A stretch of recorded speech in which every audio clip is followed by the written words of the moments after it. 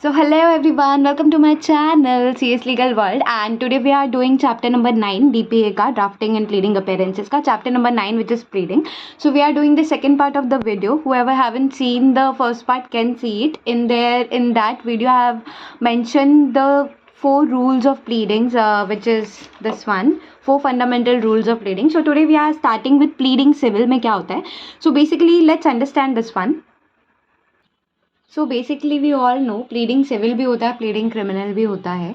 So when we are talking about pleading civil, तो pleading civil मतलब कौन से कोर्ट का ज्यूरिसडिक्शन आप रखना चाहते हो. तो सुप्रीम कोर्ट और हाई कोर्ट के अलावा we all know civil courts भी होते हैं. सिविल कोर्ट्स में भी डिविजन्स होता है. तो civil courts basically territorial basis पे और पिक्यूनरी लिमिट बेसिस पे डिवाइडेड होते हैं. Territorial limit by jurisdiction of the court. Territorial मतलब बताने की जरूरत नहीं, ज्योग्राफिकल. तो territorial limit by jurisdiction of the court की कौन सा कोर्ट ज्यूरिसडिक्शन में आएगा. पिक्यूनरी लिमिट जो होता है वो 3 पार्ट में डिवाइडेड होता है. Civil court of senior division, civil court of junior division and small court court. क्या हो गया मेरे को, small cause court. So when a suit is filed, if it is a civil in nature, it is filed by the when a suit is filed, if it is of civil in nature, it is filed by complaint, which is submitted to a computerized filing center of district. Fair enough. So the next we have got is plaint. Plaint के अंदर क्या क्या particulars आएगा. So particulars to be included in the plaint. So name of the court where the suit is to be brought. So for example, I have to brought the suit in behalf of the property. So I would name the court where I'm bringing the suit. I would state out the name, address and the description of the place of the property if it's immovable. Of what purpose. So name, address and description of the place of plaintiff as well, and as of the defendant as well. Cause of action, when it arose. Then relief क्या मांगा है. Fact that the court has jurisdiction, की jurisdiction है इस court का, उसका fact बताना है कि क्यों है. Value of the subject matter for the purpose of the court fee. तो court fee is dependent upon the value of the subject matter. So let's say the subject matter itself of 5 crore. So the accordingly the court fee would be decided. So the purpose of the court fee, where plaintiff defendant if minor है, unsound है, तो statement to that effect. And where plaintiff ने allow किया है set off या फिर relinquished a portion of his claim, so a statement to that effect. So what happens in a money suit? So plaintiff has where the plaintiff seeks the recovery of money. तो plant में क्या लिखना पड़ेगा, plant में ये लिखना पड़ेगा that precise amount कितना वो क्लेम कर रहा है. और अगर मेसने प्रॉफिट का सीन है कि because of the inconvenience I am allowed to get this much amount, so approximately value लिखना है. Where interest is sought in suit, जब इंटरेस्ट आप मांगते हो तो आपको स्टेटमेंट टू दैट इफेक्ट देना है that I am claiming for an interest. Then also you have the plaintiff shall also state where the plaintiff is seeking interest. कि आप जो interest मांग रहे हो, is it in relation to commercial transaction within the meaning of section 34 of CPC. कि section 34 of CPC में जो लिखा है कि इस basis पे आप interest claim कर सकते हो, is that included in it. ठीक है. Then pleading shall also state कि रेट ऑफ इंटरेस्ट क्या है, डेट कब से आप कैलकुलेट कर रहे हो, कौन से बेसिस पे कैलकुलेट कर रहे हो, टोटल अमाउंट ऑफ इंटरेस्ट कितना है, डेली रेट ऑफ इंटरेस्ट कितना है. Now where the subject matter of the suit is of immovable property. So in my case, if you would see, my dad's case was an immovable property itself. So immovable property का case है, so my dad had to describe in that plaint or state in that plaint कि description of the property क्या है. ठीक है, description of the property क्या है, sufficient to identify. Of course अगर आइडेंटिफाइड बाय बाउंड्री है या प्लॉट के भी नंबर्स होते हैं, लैंड्स के नंबर्स होते हैं सर्वे के हिसाब से, अगर वो है तो वो दे देना. फिर when plaintiff shoes as representative, सू कर रहा है एज अ रिप्रेजेंटेटिव, प्लांटिफ सब खुद से नहीं करा बट उसका रिप्रेजेंटेटिव करा. इन माई केस माई वकील is doing it. So plaintiff sue in a representative character. So the plaintiff shall show that not only that he has an actual existing interest in the subject matter. We're talking about the vakil, that not only he has an actual existing interest in the subject matter, but that he has taken the steps necessary to enable him to institute a suit concerning it. So what exactly we have studied in this one? First one to classes of civil code. What we are studying plead करना है अगर civil cases में तो कैसे करेंगे. तो classes of civil code तो हमने पढ़ लिया, देख लिया. Supreme Court, high court, civil court. Civil court में अगेन 2 बाइफिकेशन है, टेरिटोरियल लिमिट पे, पिक्यूनरी पे. पिक्यूनरी में 3 और है, senior division, junior division and court of small causes. उसके बाद आएगा कि प्लेंट में क्या क्या इंक्लूड होगा. फिर मनी सूट है तो क्या, इंटरेस्ट अगर आपने डिमांड किया है तो क्या, ठीक है. एंड सब्जेक्ट मैटर अगर इमूवेबल प्रॉपर्टी का है तो क्या, और प्लेंटिफ अगर as a representative plaint file कर रहा है तो क्या. So this is exactly we have spoke about pleading civil. Okay, now we gonna see plain structure is given here. We gonna see one of them and then or maybe let's do it later. We gonna see written statement के बारे में अभी. So let's understand what exactly the written statement मतलब होता है. Sorry. So written statement का exact simple मतलब कि आप जो है, मेरे डैड प्लेंटिफ थे, उन्होंने केस फाइल किया था कि उनके भाई ने उनके घर जाने का रास्ता बंद कर दिया, दीवार बना दिया, जिसकी वजह से वो अब अपने घर नहीं जा पा रहे. There is no way that he can go inside his house. So return statement is, मेरे डैड ने ये क्लेम किया, ये प्लेंट किया. नाउ रिटर्न स्टेटमेंट उनके भाई ने उसके डिफेंस में जो भी बोला रहेगा दैट इज रिटर्न स्टेटमेंट. अब इतना तो समझ गया रहेगा. Let's read this in English. चलो. So return statement is required to be filed by the defendant in answer to the claim made by the plaintiff in his plaint which is delivered to the defendant along with the summons to attend at the first hearing of the suit. तो क्या बोला है कि return statement जो है वो defendant file करता है in answer to the claim made by the plaintiff in his plaint. और वो जो प्लेंट जो फाइल किया रहता है कोर्ट में, इसने प्लेंटिफ ने, उसको डिलीवर किया जाता है डिफेंडेंट के पास भी. Accordingly he can answer. उसके साथ उसको समन भी किया जाता है to attend at the first hearing of the suit. ठीक है. Now return statement by which the either admits the claim. Return statement क्या होता है? रिटर्न स्टेटमेंट के थ्रू अब देखना इसका क्या मतलब हुआ. बेसिकली रिटर्न स्टेटमेंट जो कर रहा है, तो लेट्स से डैड ने उसके खिलाफ 11 चीज़ें बोली कि इसने ये किया. नाउ रिटर्न स्टेटमेंट में by which he either admits the claim और denies the allegation made by the plaintiff in his plaint. या तो वो एडमिट कर लेगा कि ठीक है हाँ मैंने किया, ठीक है. अब 11 है उसमें से 5 एडमिट किया कि ठीक है ये तो किया था बट ये 6 नहीं किया है. So written statement by which either he admits the claim or denies the allegation made by the plaintiff in his plaint. ठीक है. Now written statement must specifically deal with each allegation of fact. मैंने बोला ना return statement में shall deal with each allegation of the fact in the plaint, and when a defendant denies any fact he must not do evasively but answer the same in substance. मतलब ये कि return statement में basically 11 point बनाए थे कि 11 point में इसके खिलाफ क्लेम किया था मेरे डैड ने. 11 में से हर एक 11 पॉइंट का उसको, हर एक 11 एलिगेशन का उसको बताना है, एडमिट करना है या रिजेक्ट करना है, रिफ्यूज़ करना है कि नहीं किया करके. एंड उसको ऐसे ही नहीं करना है कि ये तो मैंने नहीं किया, उसको रीजन देना पड़ेगा कि क्या है, उसका आंसर बताना पड़ेगा उसको. ठीक है. जैसे क्वेश्चन आंसर में आंसर लिखते हैं ना, एग्जैक्टली दैट्स हाउ.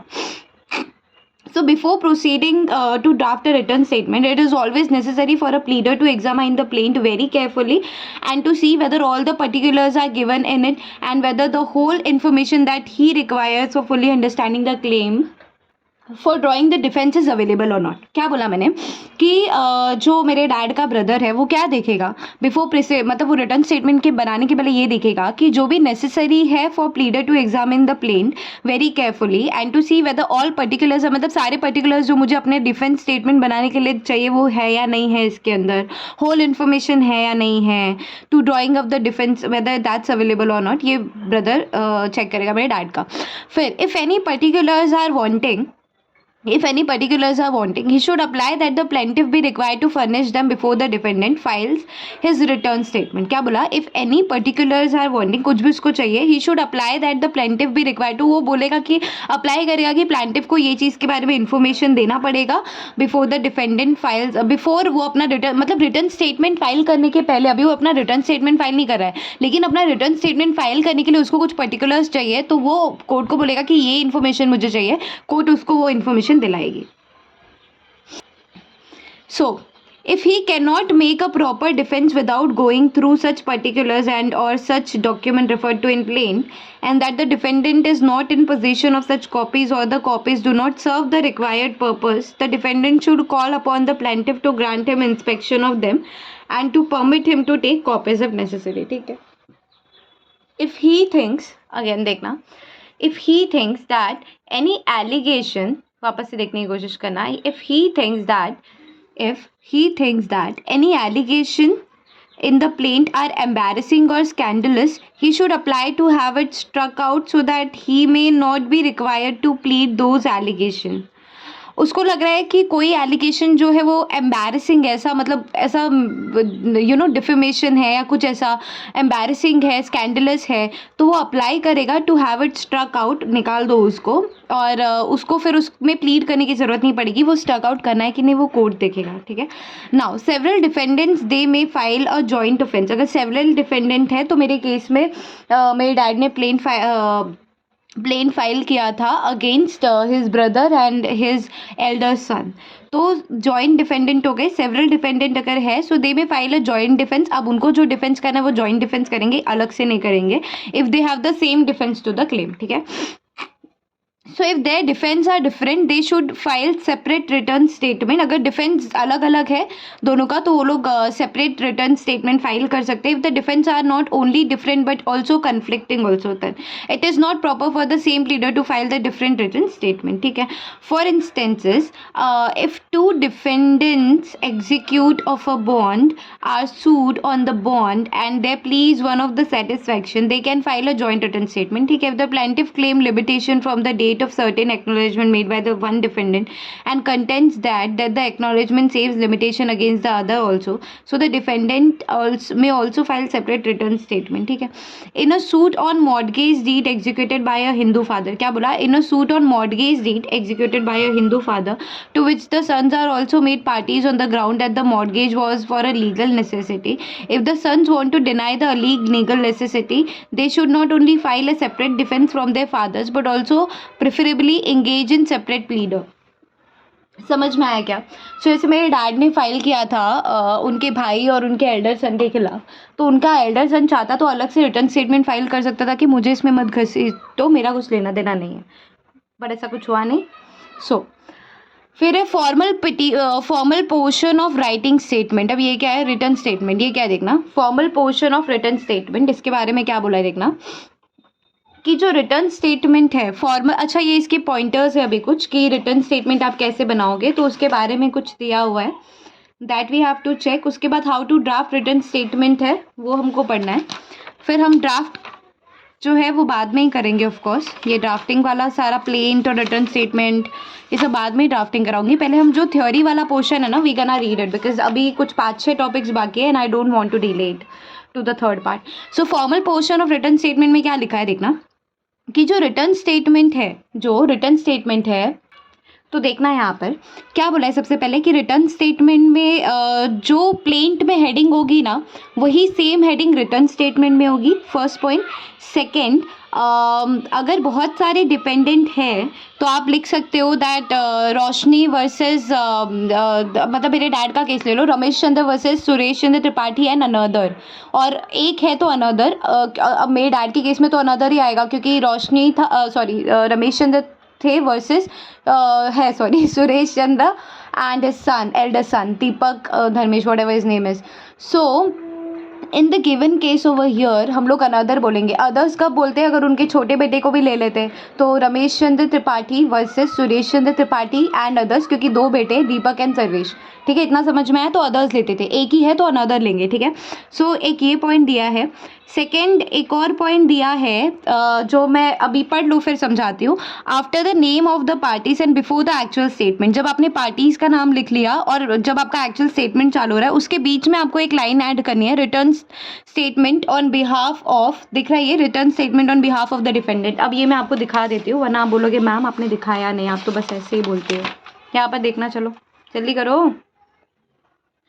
सबसे पहले देखना, ये रिटर्न स्टेटमेंट का फॉर्मेट है. प्लेंट में भी, अच्छा अभी ये देख लो, suit for ejectment of arrears of rent है. ठीक है, ये प्लेंट है इसका, दिख रहा है. Suit for ejectment of ejectment in arrears of rent in the court of small court. Suit number ये है plaintiff versus defendant. Did you see this one? उसके बाद डायरेक्टली आया ना, the above name plaintiff states as follow. तो उसने direct अपना portion लिखना चालू किया था. यहाँ पर कैसा होगा देखना, हमने एक चीज़ पढ़ी थी बेटा, हमने एक चीज़ पढ़ी थी कि टाइटल सेम होगा, टॉपिक सेम होगा ऊपर का. ठीक है, ये तो इतना तो पढ़ा ही था अभी. तो suit for ejectment in arrears of rent in the small court of small court, suit number 10. अब यहाँ पे पार्टीज का नाम प्लेंटिफ एंड डिफेंडेंट ही आएगा. जस्ट बिकॉज डिफेंडेंट अब अपना रिटर्न स्टेटमेंट फाइल करा, आप डिफेंडेंट वर्सेस प्लेंटिफ नहीं करोगे, प्लेंटिफ वर्सेस डिफेंडेंट ही आएगा. और एक्चुअल स्टेटमेंट स्टार्ट करने के पहले that the above name defendant state as follow, इसको करने से पहले यहाँ पर आप लिखोगे return statement on behalf of the defendant to the suit of ejectment. के रिटर्न स्टेटमेंट है, इसके पार्टीज का नेम लिखने के बाद और अपना स्टेटमेंट देने के बीच में आपको return statement on behalf of the defendant ये आपको बताना है लिख के. इतना समझ में आया? समझ में आया या नहीं बताइए ना. ठीक है, यहाँ पर ऐसा कुछ भी नहीं है. यहाँ पर डायरेक्ट लिखा है that the plaintiff the above named plaintiff states as follow. But return statement में है कि ये पार्टीज का नाम खत्म होने के बाद और ये स्टेटमेंट लिखने के बीच में आएगा return statement for this one. समझा इतना?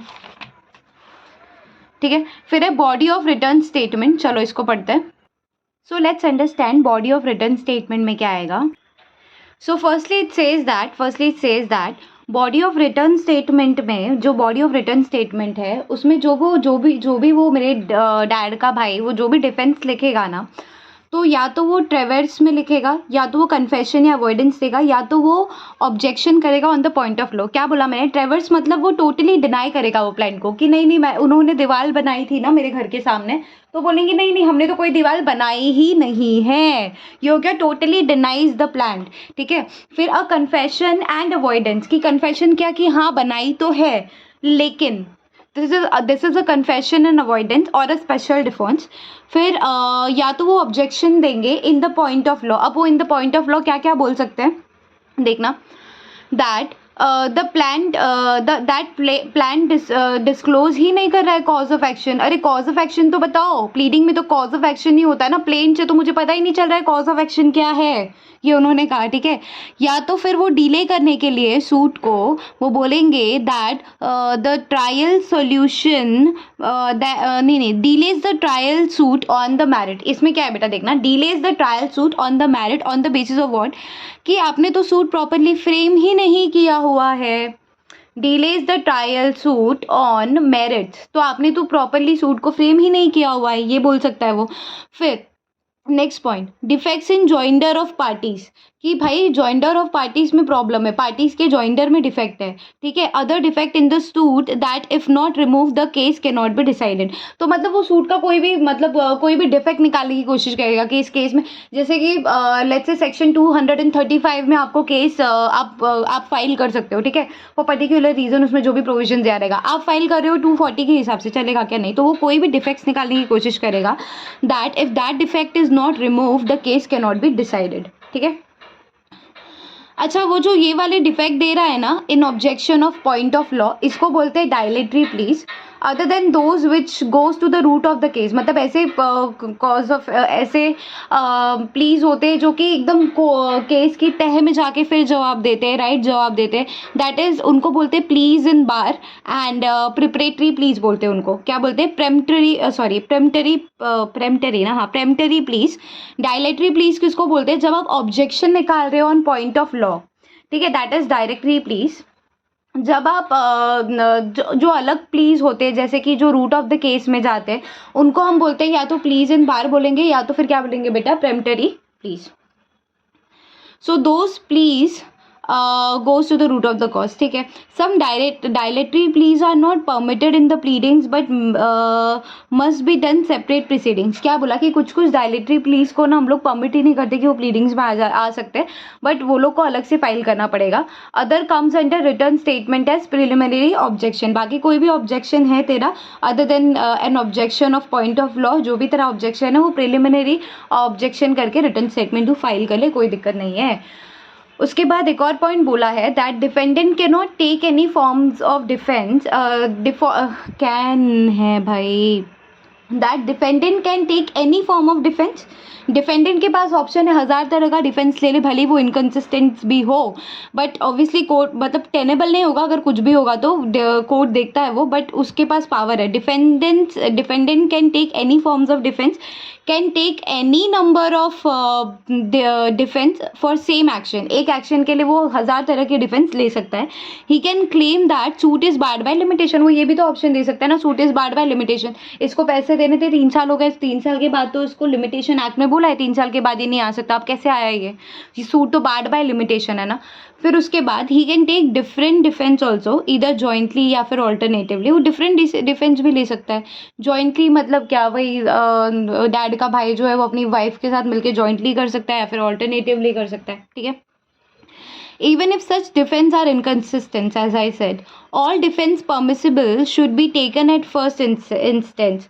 मतलब उसको जो भी डिफेंस देना है ना, जब देखो प्लीडिंग इसीलिए होती है so that every matters are pleaded at the first instances itself, because that is why in the previous video we have seen that a person who has not pleaded in the right manner at the first instances cannot prove the evidence for that one later on at any particular stage, until and unless the particular that fact is admitted as an amendment. So all defense permissible should be taken at first instances. He may not allow to advance it at later stage. हो भी सकता है, नहीं भी हो सकता है ना. अमेंडमेंट तो कोर्ट के ऊपर है, देना है नहीं देना है, like that. Then the next we have got is how to draft a written statement. We have just did it, but that's fine. There are 5 points for this one, how to draft a written statement. Then there is drafting of reply of written statement. Okay, fair. So these all are given over here. Then there is dilatory pleas, which we have just studied right now. Original petition, affidavit is given here. Then memorandum of appeal and revision is given. Then there is FIR. Then drafting of appeals, revision, review, petition, complaint. These all are things is given over here. So let's see how far we can go. So since of lack of time, I am making sure that this is the last question for this video, and I would make of course the separate one for the rest of the topics. Alright, so never mind, let's understand this question. इसका question ऐसे आ सकता है that when the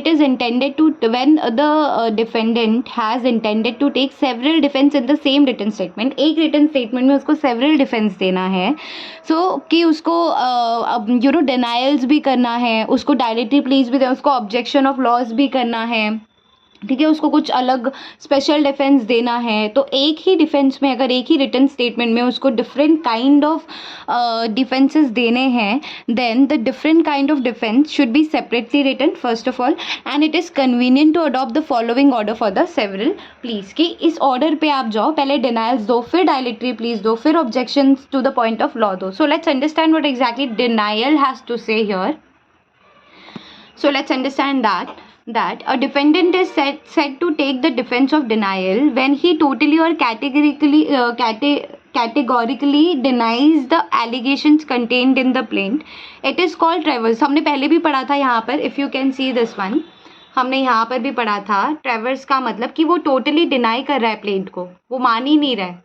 ठीक है. So that in my case if you see, so he has made the wall, the brother, my father's brother, he has made the wall, but now he if he is denying कि नहीं मैंने तो बनाया ही नहीं, ऐसा तो कुछ है ही नहीं, so that is ट्रेवर्स, he is completely denying it. Admissions and denials of the material fact alleged in the plaint should be given in the opening paragraph. क्या बोला मैंने? उसको वो क्लेम को एडमिट करना है, जैसे 11 पॉइंट्स दिए डैड ने, 11 पॉइंट्स दिए कि ये इसने किया है, अब उसमें से उसको 5 एडमिट करना है, 3 डिनाइल करना है, 4 डिनाइल करना है, व्हाटएवर. अब वो उसको सबसे पहले करना पड़ेगा in the plain, should be given in the opening paragraph of the body of written statement. It may be emphasise that bare denials are themselves valid defences to the claims made in the plain. क्या बोला मैंने? It may be emphasise that bare denials are in themselves valid defence to the claim made in the plain. कि वो bear सिर्फ denial ही कर रहा है तो भी वैलिड माना जाएगा, वैलिड डिफेंस माना जाएगा. Rule two denials that denials must be specific and denial must not be evasive. ठीक है. फिर सेकेंड आप डाल दोगे dilatory please. Dilatory please we have studied just now कि merely to delay the trial of suit on merits. Merits कौन से basis पे? कि सूट तो बराबर फॉर्म ही नहीं हुआ है. यहाँ पर we did study this one, this line. Can you see this one?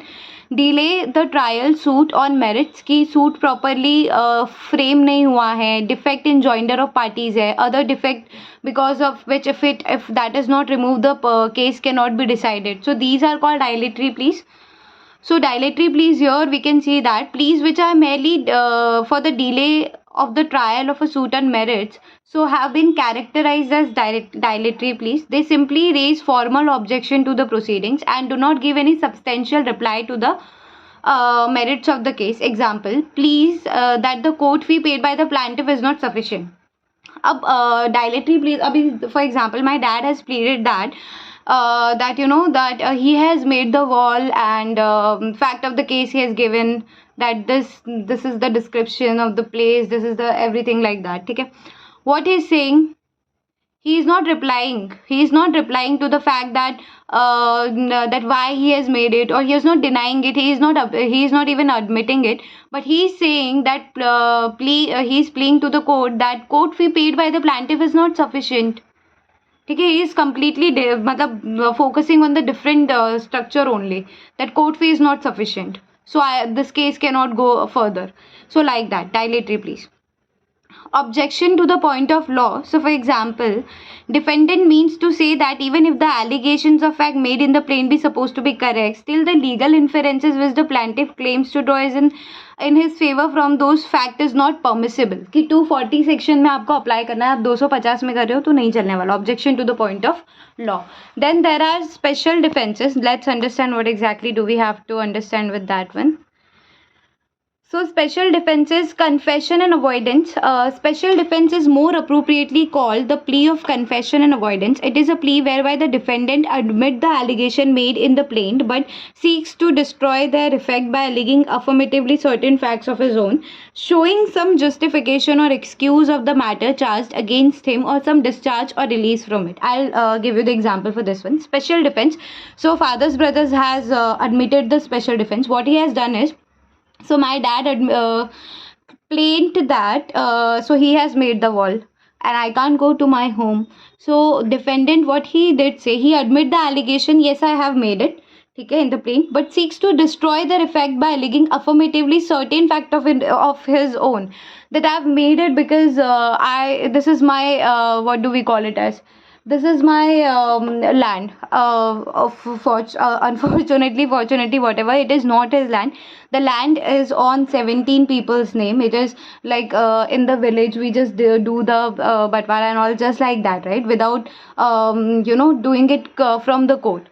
So basically if you see, it's on my daddy's name as well, but he is saying that on the batwara system I have got this land and this land belongs to me, so I can make the wall.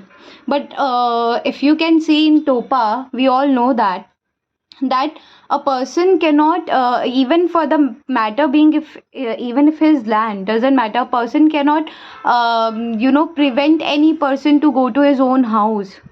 So that's the thing. But since I guess 2 years it's still going on and I can't see any progress, though like we have won 2 to 3 from 2 to 3 district court, it's in high court right now.